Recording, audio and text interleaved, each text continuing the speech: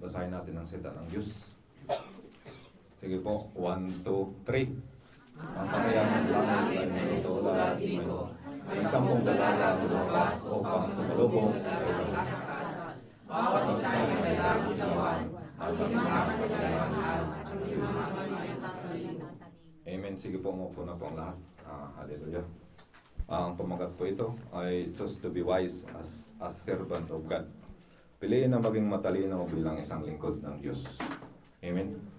Hallelujah. Ito po ang laging ginagamit ng ating Panginoong Hesus, no? Mahilig siya sa talinghaga. Na sabi niya, ang karyaan ng langit ay may tulad sa 10 dalaga na ang 5 ay matatalino at ang 5 ay hangal. Amen. Kaya ito nga sinasabi ng Panginoong Hesus dahil nga ang mga Israelita ay talagang matitigas ang ulo. Amen? Hallelujah. Kaya piliin natin na maging matalino tayo para hindi matigas yung ulo natin. Amen? Hallelujah. That's good. Alam niyo ba mga kapatid, balikan natin yung ilaw. No? Di ba ang ilaw ay ito yung tinatawag na ang Panginoong Hesus na ang matatalino ay katulad sa ilaw, nagniningas. Amen? Sapagkat ang matatalino, alam naman natin na mabasa natin to na ang matatalino ay may dalang langis. Amen? Hallelujah. Ito po ay verse 1 to 13 po, pero dalawa lang binasa natin para maiksi lang basahin nyo. Amen? Hallelujah. Ako na magbabasa po. Sabi nga dito, no? Simbolo ng matatalino, no? Laging nagniningas yung ilaw. Ibig sabihin nga, yung limang babae doon na matatalino. Ito din ay nagsimbolo sa, kilala nyo, naalala nyo yung 80s or 90s siguro, yung values na subject na ang sabi nila na ang nanay ay ilaw ng tahanan. Di ba narinig nyo? Amen. Ang tatay haligi ng tahanan. Pero kailangan talaga doon na may Diyos sila sa buhay, no? Amen. Kasi kung si nanay lang ang ilaw ng tahanan, pero si tatay walang Diyos sa buhay, yun nga sinasabi nila na si tatay ang taga-pundir ng ilaw ni nanay. Amen. Kaya kailangan may Diyos sila sa buhay. Amen. Kaya karamihan nga doon, no? Pag walang Diyos sa buhay, lahat ng nag-abroad talaga na walang Diyos sila sa buhay. Karamihan doon, di ba, naghiwalay talaga. No? So, kailangan talaga matibay ang relasyon nga. Kaya sabi nga ni Pastor Glenda na kung ikaw ay single, kailangan talaga piliin mo mananampalataya. No? Isipin po natin na napakalaga po yung pag ikaw ay mag-asawa ay talagang may panampalataya. No? Para may peaceful kayo, may kapayapaan sa inyong sambayan. No? Kaya nga, sabi ko nga, totoo talaga na sa pamilya talagang may Diyos kayo sa buhay nyo. Amen? Nalalak lang yung sa kuya ko nga, no? Nag-share ko lang ako. Sa kanyang sitwasyon, no? Talagang nag-asawa siya. Narinig ko lagi sa kanila, dalawa. Talagang maganda silang usapan. Pag magsama, ang lambing-lambing. Pero nung pumunta siya sa abroad, yun, hindi ko alam. Sabi ko, bakit gano'n na? Talagang, ang importante talaga may Diyos sa buhay, no?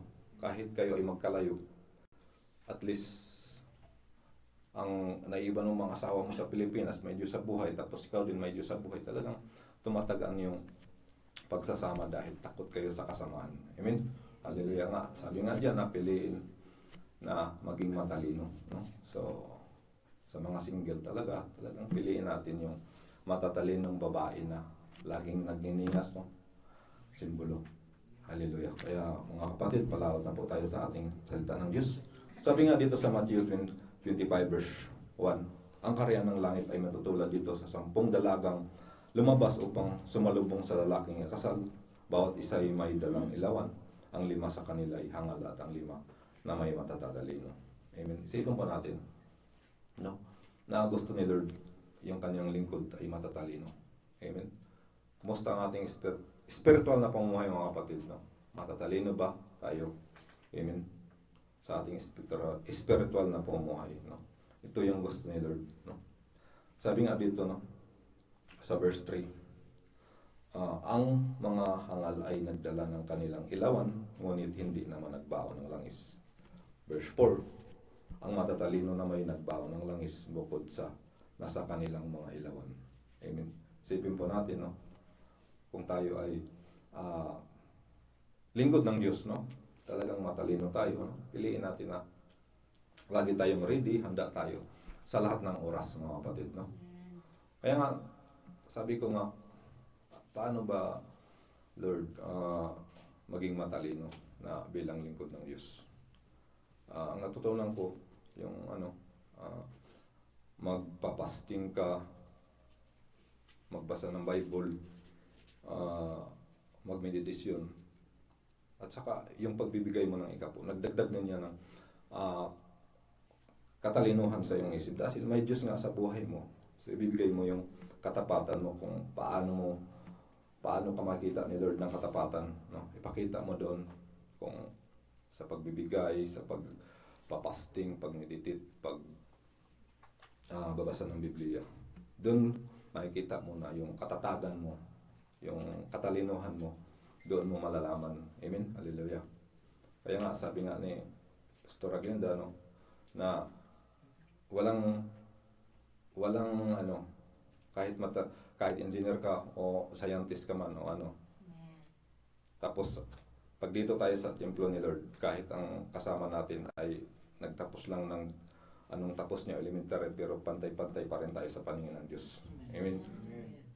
Ang gusto ni Lord na may panampalataya, yun, may panampalataya ka, doon masiyahan si Lord, sabihin sa'yo, ito, matalino na lingkod ko ito. Amen, hallelujah. Kaya nga, sabi ko nga, bakit ako ginagamit si Lord? Alam naman na mahina ako, sabi ni Lord, sige, magpatuloy ka lang. Ipakita mo yung kahinaan mo.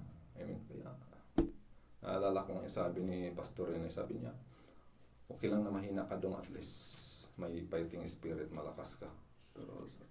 Pero sagad naman, sabi ko, tumatag ako sa sinabi ni Pastor Rene, kahit siya ay wala na, pero nandiyan pa rin yung salita niya. Amen, hallelujah. Na mahina ka, pero malakas ang fighting spirit. Kaya praise God po, kahit siya ay umalis na, mayroon pa rin tayong narinig na kanyang mga salita.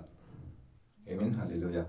Kaya yun nga mga kapatid, no, kung paano natin malaman na tayo ay matatalino, makikita natin yung ating espiritual na pamumuhay, no? Huwag natin kaligtaan yung pagpapasting, pagbabasa ng Biblia, magbibigay ng ikapo para sa Diyos, meditation. Yun, makikita natin yung ating relasyon sa Diyos na talagang katulad sa ilaw na nagniningas. Amen? Hallelujah. Yan po ang lingkod ng Diyos, na gawain ng Diyos. Yan ang gawain na naglingkod na para tayo ay maging matalino. Amen? Proceed na po tayo dito nga sa verse 5. Nandiyan na po yung verse 5. Ayun na po.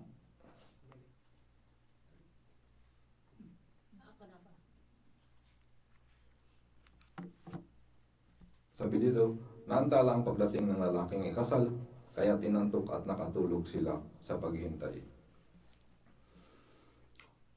Verse 6, ngunit ng hating gabi na may sumigaw, narito na ang lalaking ikasal, lumabas na kayo upang salubungin siya.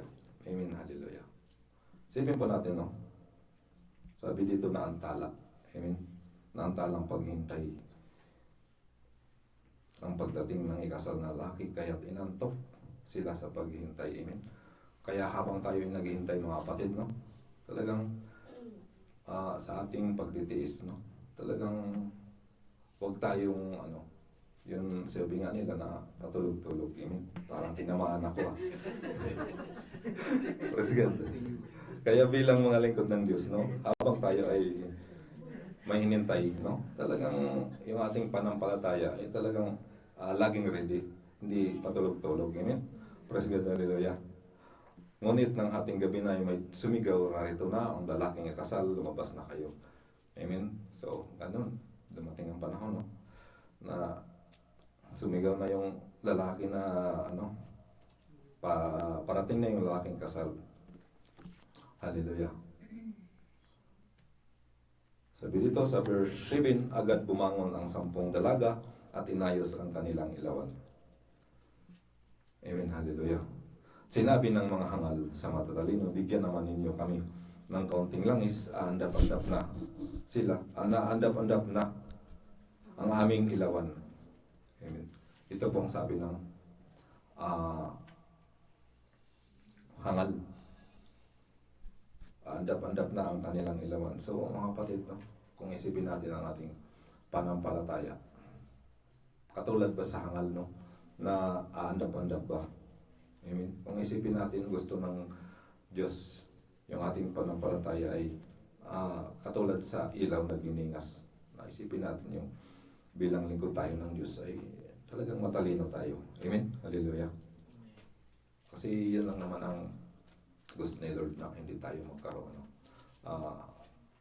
kasalanan na talagang naumpisahan natin na tayo ay nilinis na. So, habang binigyan tayo ng buhay, kalakasan, nagpupuri, sa bandang huli, ganun pa rin tayo maging malinis. Amen? Hallelujah.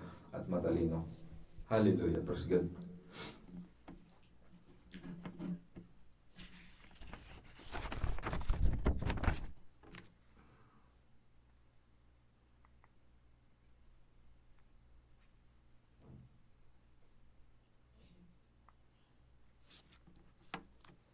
Praise God, hallelujah. Sinabi dito sa verse 8, sumubra.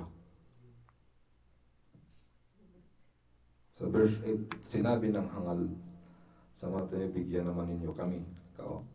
Kahit kaunting langis, andap-andap ang aming ilawan. No? Praise God, hallelujah. Talagang yung ating panampalataya, no? Kung isipin talaga natin mga kapatid, no? Yung andap-andap, talagang ang hirap. Kasi katulad na lang yung magdaan ka sa yung daanan na sabihin natin madilim, tapos salubungin ka ng ilaw na andap-andap, no? Talagang mag-iba din yung mag-iba din yung mukha mo, kasi hindi mo namalayan ko lubak-lubak ba o hindi, dahil sa ilaw andap-andap. Yung pagtawid mo din talagang hindi maayos. Minsan matisod ka. Amen? Kaya ayaw ni Lord ng ganun pamumuhay, na yung buhay natin ay aandap-andap. Amen, hallelujah. Verse 9.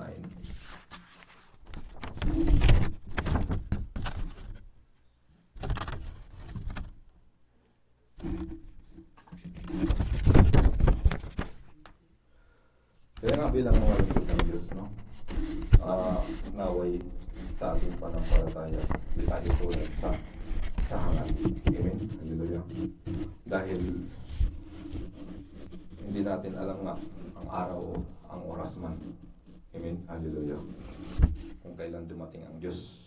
Amen? Sabi nga sa Matthew, hindi ko nasulat yan. Sa Matthew 24 verse 37 and 39, ang pagdating ng anak ng tao ay tulad noong panahon ni Noe. Nang mga araw na iyon, bago bumaha ang mga tao ay nagsisikain, nagiinuman, nag-asawa hanggang sa araw pumasok si Noe sa barko. Verse 39, hindi nila nalalaman ang nangyari hanggang sa dumating ang baha, tinangay silang lahat. Amen? Sipan po natin mga kapatid, no?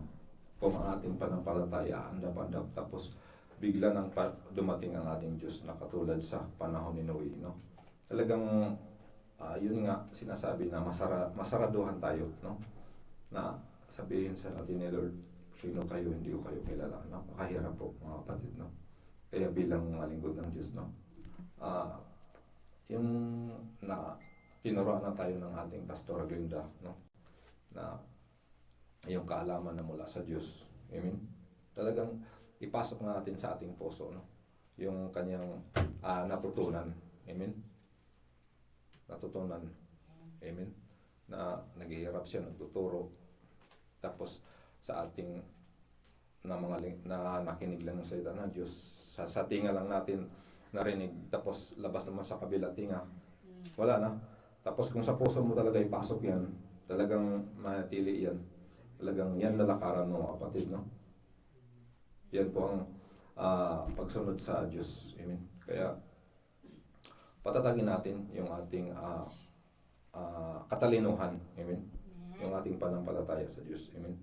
Sabi nga dito sa Matthew 25 verse 9, balik tayo sa scripture, baka hindi ito magkasya sa ating lahat, mabuti pa pumunta muna kayo sa tindahan at bumili na ng para sa inyo, tugon ng matatalino.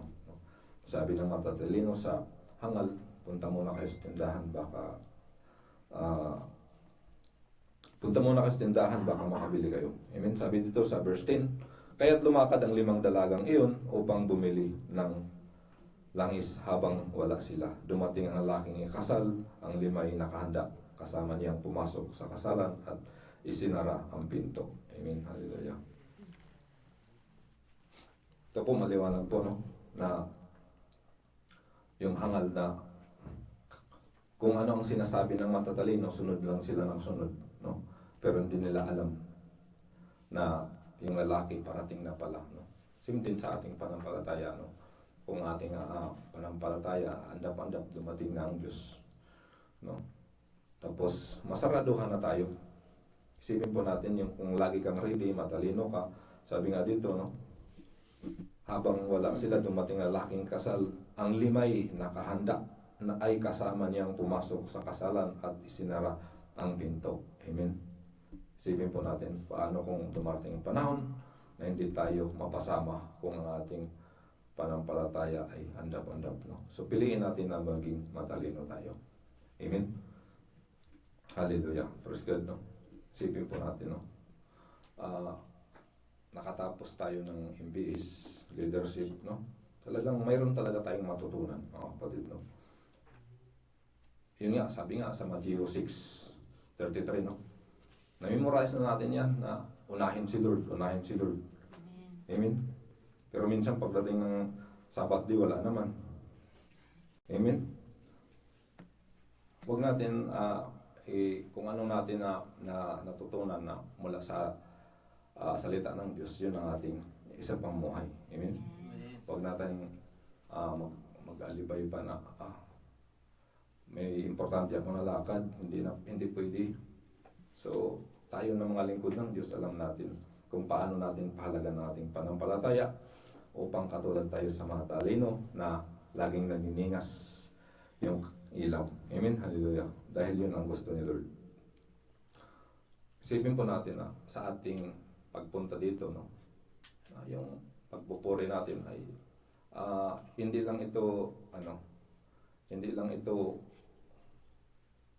nakikinig, kundi marami kang matutunan na salita ng Diyos. Amen? Sa pagpapahayag ng ating Pastor Glenda, no? Talagang matutunan mo ang kanyang sinasabi, no? Basta ito ay isa puso mo talaga. Amen?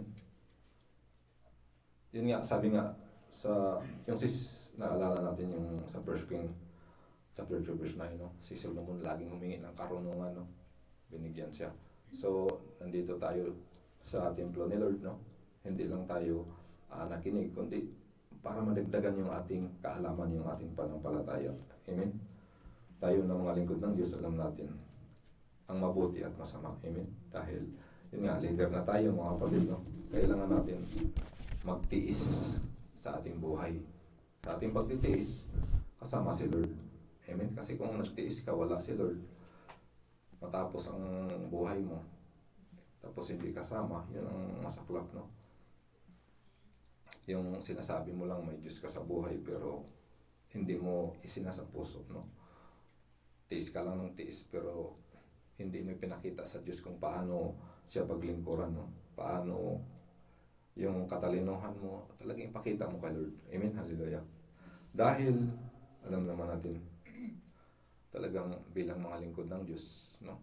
Minsan nga ang lingkod ng Diyos nga, sabi nga ni Kuya Roland, talagang makakakin ka na pinalapit sa'yo na mga demonyo para yung inyong panampalataya subukan mo. Naalala ko yung sinabi ni Kuya Roland na may lumapit na babae na nagbibinta ng ano, biko yata yun, at saka ano, puto. Saka, kaya sabi ko nga, ang lingkod ng Diyos talagang subukan yan. Amen? Eh kung wala kang panampalataya, wala na. Pag sinabi o may biko, labas ka na kaagad sa sakyan kasi may biko, pero dahil may panampalataya ka, alam mo kung ano ang dapat mong gawin. So, iwasan. Isipin po natin, yung si Jose, no? Tinuksok ni Potiphar, no? Tumakbo siya. Ganon dapat tayo ng mga lingkod ng Diyos. Amen. Maging matalino. Sabi nga sa 1 Peter chapter 5 verse 8, no? Maging handa kayo at magbantay. Ang dyablo, ang kaaway ninyo parang yung umuungal at ali-aligid, naghanap ng malalapa. Isipin po natin, no? Ang dyablo talagang gumagawa yan ng paraan para ang lingkod ng Diyos ay mapaatras. So, kung ikaw din ay talagang mahihina, matukso ka ni Satanas, kasi Satanas talagang mahilig manlin lang yan sa kanyang lingkod, no? Na sinabi ni Kuya Roland na pinapili siya na mayroon ano yun? Mayroong crispy at saka ano? Kaya praise God sa buhay ni Kuya Roland, no? Talagang natili yung kanyang narinig na sa salita ng Diyos, kung ano ang nakakabuti na para sa Diyos, yun ang pinili niya, hindi yung kahangalan, yung nakakasama sa paningin ng Diyos. Amen, praise God. Ganun po tayo ng mga lingkod ng Diyos, no? Sabi nga sa Santiago 2 verse 10, ang lumalabag sa isang utos, kahit tumutupad sa iba pa at lumalabag sa buong utosan. Amen. Kahit na ikaw ay maraming utos na sinusunod, mga kapatid, no? Kung ano-ano na lang inuutos sa'yo, pero once na magkasala ka na isa, nilalabag mo pa rin ang lahat ng kautosan. Amen. Sabi nga sa Santiago, no? So mga kapatid, no? Sipin natin na yung ating kaalaman, katalinuhan, no? Talagang panatili natin, mga kapatid, no? Amen. Dahil ang buhay nga talagang mabilis. Amen. Sabi nga narinig ko yung sabi ni Pastor Rene nung namatay yung kuya ko. Sabi niya, okay lang naman yan. Huwag kang kabado dong Nil, huwag kang kabado na namatay ang kuya mo kasi doon naman tayo pupunta eh. Amen. Sabi niya, ang masaklap lang kung walang Diyos sa buhay, sabi niya. Ang maghalaga talaga tayo na lingkod ng Diyos, maitili tayo. Dahil pagdating ng panahon, hindi naman tayo magtagal, pinakamatagal daw sa atin, 70. Amen? 70. Katulad sa akin, sabi ko, 41 ako. Kung 70 bigay sa akin ni Lord, may natira pang 29 years old. 29 years, mayroon pa. Praise God, hallelujah. Sabi ko, Lord, sige Lord, ito, pagtiisan ko kahit ito ay mahina yung yung radar ko, ibigay ko sa iyo kung anong makakaya ko na ipamahagi ko na salita ng Diyos para sa aming pamilya. Praise God, hallelujah. Sabi nga sa Kawikaan 1 verse 23, amen, ang payo ko ay pakinggan ninyo at dinggin ang aking pangaral. Sa inyo ang diwa ko at ang aking kaalaman, no?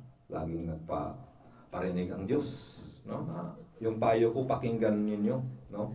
So tayo na may kaalaman na, may katalinuhan na, no? Pakinggan natin yung salita ng Diyos. Amen. Hallelujah. Sabi nga dito sa verse 24, patuloy nga itong panawagan ko sa inyo, ngunit hindi naman ninyo pansin pati saway ko. Verse 25, winawalang bahala ninyo ang aking mga payo, ayaw ninyong bigyang pansin, paalala ko sa inyo. Verse 26, dahil dito kayo'y aking tatawanan kapag kayo'y mapahamak, nasadlak sa kaguluhan. Isipin mo natin, mga kapatid, no? Ngayon, nakatapos ka ng MBS leadership, tapos hindi ka naman sumunod, no? Tapos sa bandang huli, yung sabihin natin na talagang yung hinga mo, hinahabol mo na, Tapos sabihin mo, Lord, ang kailangan kong tulong mo, gusto ko, successful ako sa buhay ko. Pero ito nga sabi sa Kawikaan 25, no? Winalang bahala niyo ang aking mga payo. Dahil diyan, tatawanan ko kayo. So, masakit yun. Kahit anong iyak mo kay Lord. Lord, lingkod mo ako dati, Lord. Ngayon, hihingin ako ng kapatawaran. Gusto ko talaga, Lord, mapunta sa langit, no? Pero sabi nga ni Lord dito, no? Tatawanan kita kung ikaw ay mapahamak. So ngayon mga kapatid, alam na natin, no? Kung tayo ay bata pa. So, maglingkod na tayo sa Diyos. Amen? Maglingkod na tayo kasi ito nga sabi nga ni Lord, no? Pagdating ng panahon kung hindi ka na sumusunod, hindi ka na manampalataya, talagang tatawanan ka daw niya pagdating ng panahon. So, mag-taste na lang tayo sa sabihin natin, yung imbis na mahirap daw. Pero alam ko din, mahirap din yun. Kasi ako, dumaan talaga doon, mahirap ang imbis. Pero praise God sa kalooban ni Lord. Talagang, dahil sa, yung ni Lord, sabi niya, pagdating nga ng exam, sabi ko, Lord, kabado na ako kasi wala akong may sagot sa mga fill in the blank. Praise God, may natutunan ako konti. Sabi ko, isulat ko lang to. So, fill in the blank, may 5 points doon ang yun. Kailangan sagutan ng 5 points. Pero kahit paano may galing ako sa puso, sinulat ko, dinagyan pa rin ni Pastor Rafi ng 1 points. Praise God, sabi ko, okay, pasado pa rin. At least sagutan mo yung galing natutunan mo. Kaysa wala doon, nalampasan mo ng oras, fill na blank doon. Blanco, 0 talaga yun. Kung lagyan mo ng galing sa puso mo, 1 points pa rin, no? Talagang mayroon ka rin katalinuhan na mula sa Diyos. Amen, hallelujah.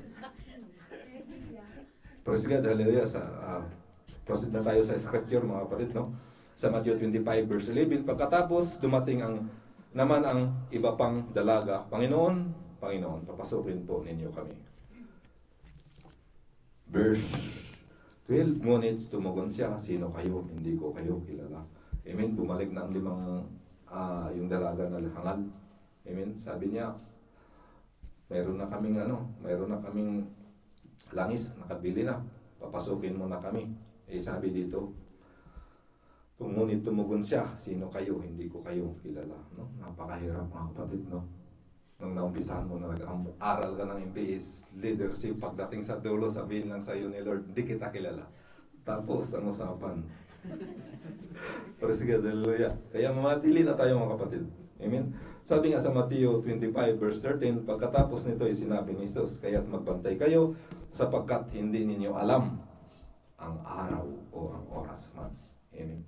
Sa maliwanag po, no? Bilang mga lingkod ng Diyos. Amen? Na mayroon na tayong katalinuhan, no?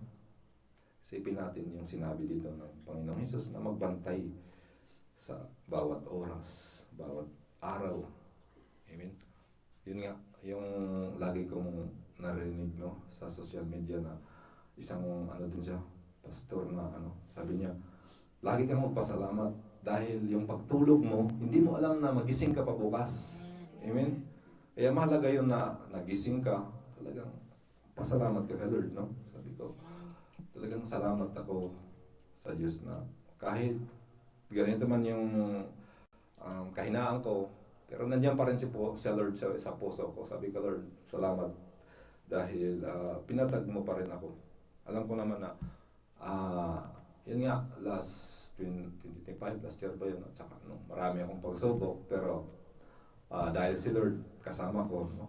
Nandiyan pa rin yung katatagan natin, yung ating lakas loob na patuloy manatili sa ating Diyos. Amen? Hallelujah. Sabi nga sa 1 Corinto chapter 1 verse 19, sapagkat nausulat, sisirain ko ang karunungan ng marunong at gawin kong walang saysay ang katalinuhan ng matatalino. Dito mga kapatid, no? Kung tayo man ay matatalino sa panalita, pero wala tayong Diyos sa ating puso, no?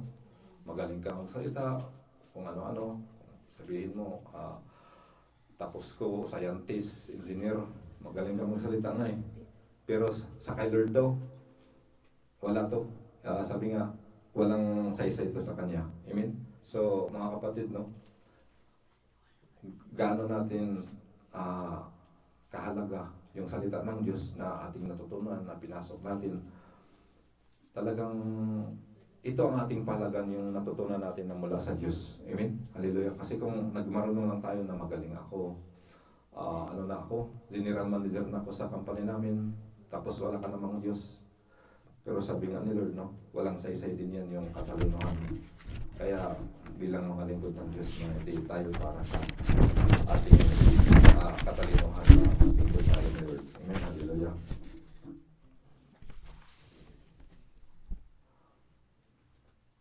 Praise God, hallelujah. Dapat piliin natin na talagang maging matalino tayo, mga kapatid. Amen, hallelujah. Dahil sa ating buhay, no? Lahat naman tayo taga dito, pag pumasok tayo dito, dadaan tayo sa MBS leadership. No? Dati sabi ko, magsimba lang ako doon. Ayaw ko mag-aaral kasi yung burnakin, ano ba yun, ang tagal, tapos panay iyak. Pero nung nalalaman ko, sabi ko, ganun pala, payakin ka ni Lord pag may pumasok sa'yo na salita ni Lord sa puso mo. Sabi ko, ano ba yung burnakin na yung panay iyak. Ayaw ko na magsimba. Pero yung pag-iyak mo, may halaga pala yun once na matutunan mo yung salita ni Lord na pumasok sa iyong puso, no? Talagang, ganito ba? Praise God, hallelujah. Kaya sabi ko, talagang hindi mawala sa aking puso yung nakakilala ka, no? Talagang, nandyan yung kaligayahan nga sa ating puso once na makilala mo si Lord. Kaya nga sabi nga ni, kilala natin yung boxer na si Pacquiao. Sabi niya, hawak niya ang bilyon-milyon na pera. Pero, ang kaligayahan daw nasa kay Lord. Amen? Totoo naman talaga, no? Sabihin natin na ang kaligayahan ay yung sa mga bagay na nakita mo, o ganito. Yung babae na yun maganda, ito gusto ko to, pero hindi yan ang kaligayahan. Ang kaligayahan ay kay Lord. Amen? Ang lang ni Pacquiao yung hindi niya kaligayahan na nagka-problema sa kanyang buhay. Yung nagkaroon siya ng si father na mas kaedad niya. Yun ang niya kasi siyempre kaedad niya yun eh. Yun ang pinakamasaklap doon. Amen? Kaya doon nga talagang sabi niya paano nagkaroon siya ng stepfather na yung nanay niya may edad na. So yun nga ang sabi niya na mas mahalaga talaga na yung relasyon sa Diyos at madili ka sa Kanya. Yun ang kaligayahan natin bilang mga lingkod ng Diyos. Amen, hallelujah. Sabi nga Santiago 1 verse 22, mamuhay kayo ayon sa salita ng Diyos kung ito'y pinapakinggan lamang ninyo, ngunit hindi sinasagawa, dinadaya ninyo ang iyong sarili. Amen, hallelujah. Maliwanag po na kung mayroon na tayong kaalaman na salita ng Diyos, no? Tapos hindi natin isina sa pamuhay, ito yung ayaw ni Lord, yung dinadaya, no? Sabi niya, no? Sinagawa. Praise God, hallelujah. Mamuhay kayo ayon sa salita ng Diyos kung ito'y pinapakinggan lamang ninyo, ngunit hindi isinisagawa, dinadaya ninyo ang iyong sarili. No?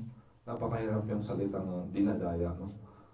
Kaya, pag natutunan, may kasamahan ka na sa trabaho nga, pag sinabi mo, dinadaya ka doon sa sa incentive mo, talagang yung tinga mo na magtinga ka agad. Kaya, yun nga, ayaw ni Lord yung yung mandadaya ka. Nakarinig ka ng salita ng Diyos, tapos hindi mo isina sa pamuhay, binadaya mo ang iyong sarili. So, kaya bilang mga lingkod ng Diyos, no, piliin natin yung maging matalino tayo.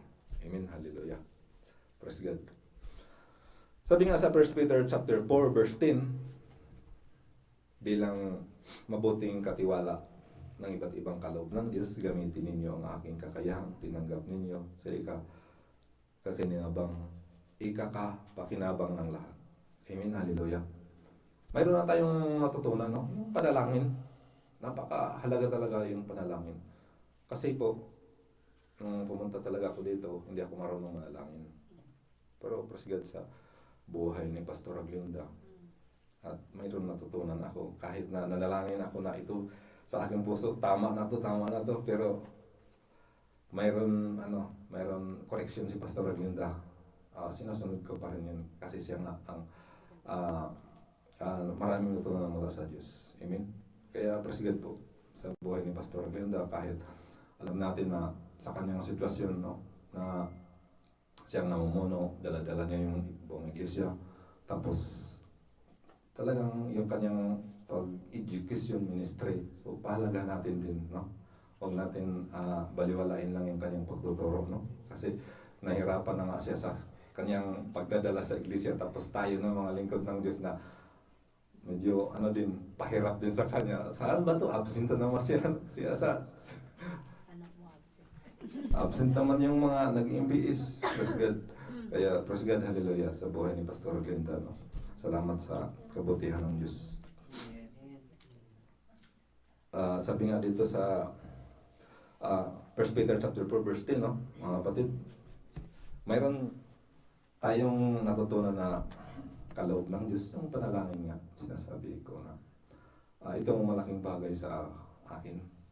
Mayroon akong tunan, tapos kasi nga yung pag-uwi ko doon sa amin, talagang nabigla din yung sa pamilya ko kasi hindi ako marunong manalangin, pero pagdating sa pagkain, nanalangin ako. Kaya sabi ko, talagang may mababago talaga.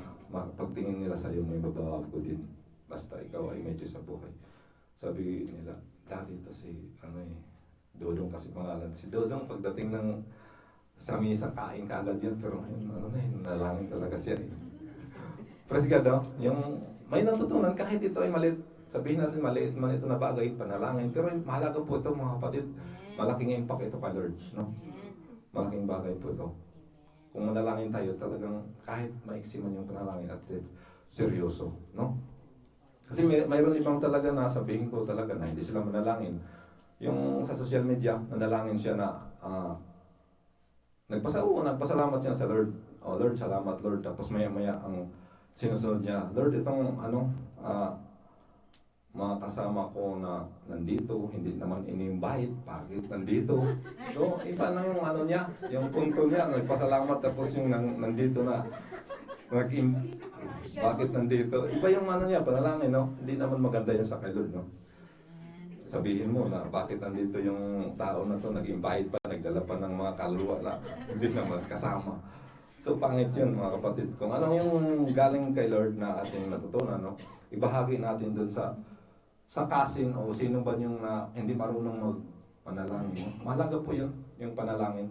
Amen, hallelujah. Praise God, hallelujah. Napakabuti na Lord. Sabi nga sa episode 2 verse 10, sapagkat tayo nilang ng Diyos nilikha sa pamagitan ni Kristo upang iukol natin ang ating buhay sa paggawa ng mabuti. Iyan ang layunin na pinili ng Diyos para sa atin noong unang pangan. Amen, hallelujah. Kaya mga kapatid, no? Isipin natin, no? Nilikha tayo ng Diyos, binuhay niya tayo, no? Upang gumawa ng mabuti. So, marami na tayong natutunan sa turo ng ating Pastor Aglinda, no? Talagang sundin na natin yung nakakabuti para sa Diyos. Amen, hallelujah. Sabi nga sa awit 62, verse 12, no? Ang gantimpala ng Diyos, amen, ay nababat na ginagawad sa sinumang tao na doon nababatay ang gantimpala, no? Kung ikaw ay mabuti, mayroong gantimpala ng Diyos, amen. Kaya so mga kapatid, no, sa ating pagtitiis, piliin na natin yung ating katalinuhan. Amen? Hallelujah. Dahil ang Diyos laging handa at mayroong hinintay natin para sa Kanya. Hallelujah. Sabi nga dito sa Santiago 5 verse 12. Amen. Ngunit higit sa lahat, mga kapatid, huwag kayong manumpa, huwag ninyong sabihin saksi ko ang langit o saksi ko ang lupa o saksi ko ang ano pa man. Sapat nang sabihin o kung oo At hindi kung hindi upang hindi kayo hatulan ng Diyos. Amen. Isipin natin, no? Maliit lang na bagay siya, pero once na magkasala ka, Lord, na sa panalita mo, may hatol na kaagad, no? Amen. May hatol ng Diyos, no? Kung kaya kung sabihin natin na mayroong kaibigan tayo na sabihin natin na sige, kasi yung kaibigan mo naghiram ng pera, sabihin mo na, o bukas, pahiramin kita. Tapos, hindi, nung sinabi mo na bukas na pahiramin pero hindi mo naman tinatupad, no? Marami kang alibay. So, kailangan yung ating panumpa tayo na talagang ito ay tutuparin natin para hindi tayo magkasala sa Diyos, no? At saka yung sabi nga dito, no? Ngunit higit sa lahat, mga kapatid, huwag kayong manumpa kung sasabihin yung saksi ko. Ito din yung masaklap, no? Yung binabanggit mo ang salita ni Lord na saksi ko ang lupa, saksi ko ang langit. Ito ay hindi pwede sa Kanya, no? Na mga lingkod ng Diyos. Amen. Dahil talagang mayroon hatol. Amen. Hallelujah. Praise God. Sabi nga sa Santiago 2 verse 10, ang lumabag sa isa kahit tumupad sa ibang utos ay lumabag pa rin sa buong kautosan. Isipin po natin, no? Kung ikaw ay lumabag sa isa pero marami kang ginagawa doon, tapos may isa kang mali pa rin yung kay Lord. Amen. Hallelujah. Talagang si Lord kahit may mali ka, talagang sensitibo siya. Once na marami kang ginawa, kung anong kabutihan na ginagawa mo, kung araw-araw ka man may tinulungan, pero may mali ka, kay Lord, wala pa rin yung tinutulong mo. Amen. Hallelujah. Sabi nga sa mga 5 verse 5, hallelujah, mabuti pang huwag kang mangako kaysa mangako at hindi mo tutuparin. Amen. So, maliwanag po tayo ng mga lingkod ng Diyos na kung mayroon man tayo pangako, no, tutuparin natin. Amen. Sabi natin na, Lord, nakilala na kita. Maglingkod ako sa iyo habang buhay, habang katapusan ng aking hininga. Amen. Pero at the end pala, sa kalagitnaan, ikaw ay matukso. Amen. Nang sinabi ni Kuya Roland na naglalako ng puto. Amen. Sabi ko pala, so napakahirap mo, nakapag-aral ka ng ambassadorship, tapos doon mo lang pala ipalit sa isang biko na puto na crispy yung sinasabi. Ano yun? Mali yun. Amen. Kaya talinuhan natin mga kapatid, no? Isipin natin na ang Diyos ay talagang Diyos, hindi siya. Once na kamali ka ng mali, yung nagawa mo na kabutihan dati, wala na yun. Amen. Kaya kung nagkamali ka ng isa, lahat, wala na yun. Wala nang kwenta yung nagawa mo. Kaya sabi nga sa 1 Corinthians chapter 15, verse 58, ito na po ang last verse, conclusion. Kaya nga minamahal kong kapatid, magpakatag kayo at huwag matinag. Maging masipag kayo sa paglingkod sa Panginoon dahil alam ninyong hindi masayang ang inyong paghihirap para sa Kanya. Isipin po natin mga kapatid, no? Sa ating paghihirap mga kapatid, no? Hindi masayang. Maliwanag po, hindi masayang. Basta yung ating ginagawa ay puro kabutihan. Dahan-dahan lang tayo. Sumunod kay Lord. Amen. Kaya nga sabi ko nga, nagpasalamat ako kay Lord na talagang nabigyan ako kalooban na matuto. No? Kahit na marami akong talagang sabi ko ang hirap intindihin tong Biblia. Pero dahan-dahan yun ipaintindi sa iyo ni Lord. Amen. Hallelujah. Kahit sabi ko nga, pero bakit mayroon nga engineer pala na hindi niya alam ang Biblia? Kung saan yung versikulo 1, versikulo 2. Sabi ko, pag si Lord talaga magsabi na matutunan mo unti-unti, talagang ibibigay sa iyo. Amen. Hallelujah. Kaya kung ano man yung ating kahinaan na nandyan sa ating isipan, no? Isipin natin na may Diyos. Yun ang Diyos nagpapabago sa atin, no? Hindi yung bulong lang, hindi yung mga bulong-bulong na, sige na, magbago ka, magbago ka. Hindi pwede. Basta si Lord ang gumalaw na sa tao na yun. Talagang mababago. Amen? Hallelujah. Kaya nga, sabi nga dito, hindi masayang ang iyong paghihirap, mga kapatid. No? Totoo po to. Hindi masayang. Kaya pahalaga natin yung natutunan natin sa ating pastor at Linda, no? Alam naman natin dito, mga kapatid, no? Sa mundong ito, no? Nagkikita tayo dito ngayon. Ang pinakapunto dito, kung doon sa langit, ganin doon ba tayo makikita pa rin, no? Kaya bilang mga lingkod ng Diyos, no? Isipin natin yung ating katalinuhan. Alam natin po, mga kapatid, minsan lang tayo nabubuhay sa mundong ito. Hindi na tayo babalik dito sa mundo na tinatayuan natin. Kaya mga kapatid, siguraduhin natin pag alis natin sa mundong ito ay mapasama pa rin tayo sa langit. Minsan lang tayo nagtiis dito sa mundo, sulitin na natin sa pagpupuri sa Diyos. Amen? Para matulad tayo sa dalagang matatalino na nakapasok agad sa kasalan. Amen. Ganon din ang ating panampalataya, mga kapatid, no? Dumating ang panahon na kasama natin ang Diyos. Amen. Hallelujah. Hallelujah. Napakabuti ng Diyos sa mga oras na ito. Patuloy tayo na nabigyan ng kaunawaan, no? Isipin natin, ang oras ay talagang mahalaga. So, kung ano man mayroon tayo na ating natanggap, ito ay talagang pasalamatan natin. Pasalamatan natin sa Diyos dahil ang Diyos ay talagang patuloy lumalapit sa iyo, mga kapatid, no? Amen. Hallelujah. Sige po, tumayo kayo. Tayo ay manalangin.